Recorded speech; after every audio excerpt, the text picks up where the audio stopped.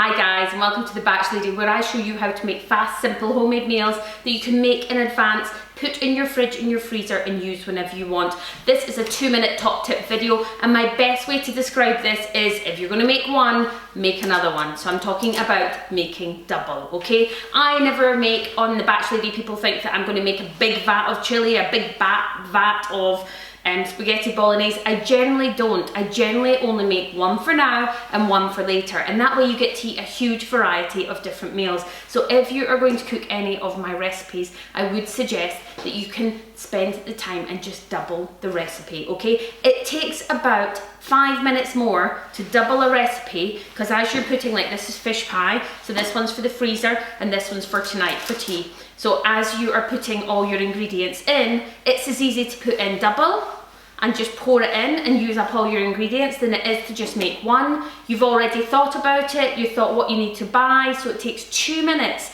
at the shops to double the ingredients and 2 minutes to make it.